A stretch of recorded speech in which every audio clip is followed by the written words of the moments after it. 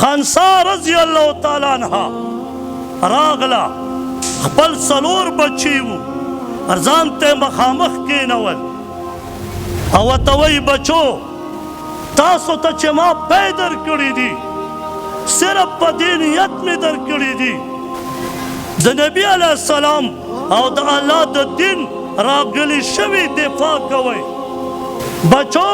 ستاسو په مور باندې داغ نشته بچو ستاسو په نسب باندې داغ نشته ای زما څلور واړو بچو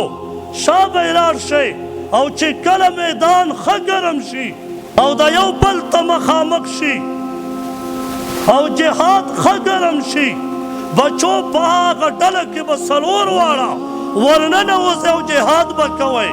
بچی جهاد ته تلي مور په کور کې ناسته ته دعا کوي چې یا الله زما بچو ته مرد شهادت ورکې یا الله صرف د جهاد دپاره ما لوی کړي دي زه څه وایم ما خپل بچی صرف د لندن دپاره لوی کړی چې د دې ملک نه به پیسې وړم څوک به لندن ته وړي څوک به دوبۍ ته وړي او څوک به په جوارۍ باندې لګوي مسلمان غلی دی د خپل ضمیر تپوس موږ نشو کولی او دغه خلک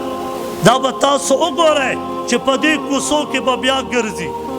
او ما ورته دا به رانه مخکې پنځه شپږ کسان ورپسې شاته روان وي تا ته یې کړي څه دي که ته وې ما ته یې کوڅه پاخه کړې دا زما او ستا غوښه ده د دې څه پرته ده څه یې راکړې او څه یې رانه پټې کړې